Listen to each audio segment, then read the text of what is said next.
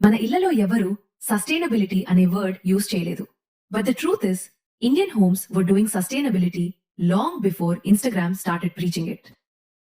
If you really want to learn how to reuse things, probably Indian homes nunche నేర్చుకోవాలి. Today, I'll show you a few things from my home that quietly found a second life. Indian home లో పెరిగిన వాళ్ళకి ice cream box open చేయడం అంటే కొంచెం రిస్కే. అందులో ఎప్పుడో ఒకసారి కానీ ఐస్ క్రీమ్ ఉండదు. But most of the time vegetables ఉంటాయి. ఎనర్జీ డ్రింక్ జార్స్ కూడా స్లోగా వాటి కరియర్ చేంజ్ చేసేస్తాయి. కిచెన్ లోకి ప్రమోట్ అవుతాయి అన్నమాట. బూస్ట్ జార్ కూడా మెల్లగా కిచెన్ షెల్ఫ్ లో దాల్ కంటైనర్ అయిపోతుంది. బిస్కెట్ టిన్ బాక్సెస్ స్టోరీ కూడా అంతే. బిస్కెట్స్ ఉంటాయని ఓపెన్ చేస్తాం. Inside needles, threads, buttons, full sewing kit. And plastic covers, వాటికైతే ఏకంగా ఒక మినీ వరల్డ్ ఉంటుంది. ఒక పెద్ద కవర్ ఓపెన్ చేస్తే అందులో ఇంకో 100 కవర్స్. పికల్ జార్స్ కూడా సైలెంట్ గా స్పైస్ జార్స్ గా మారిపోతాయి.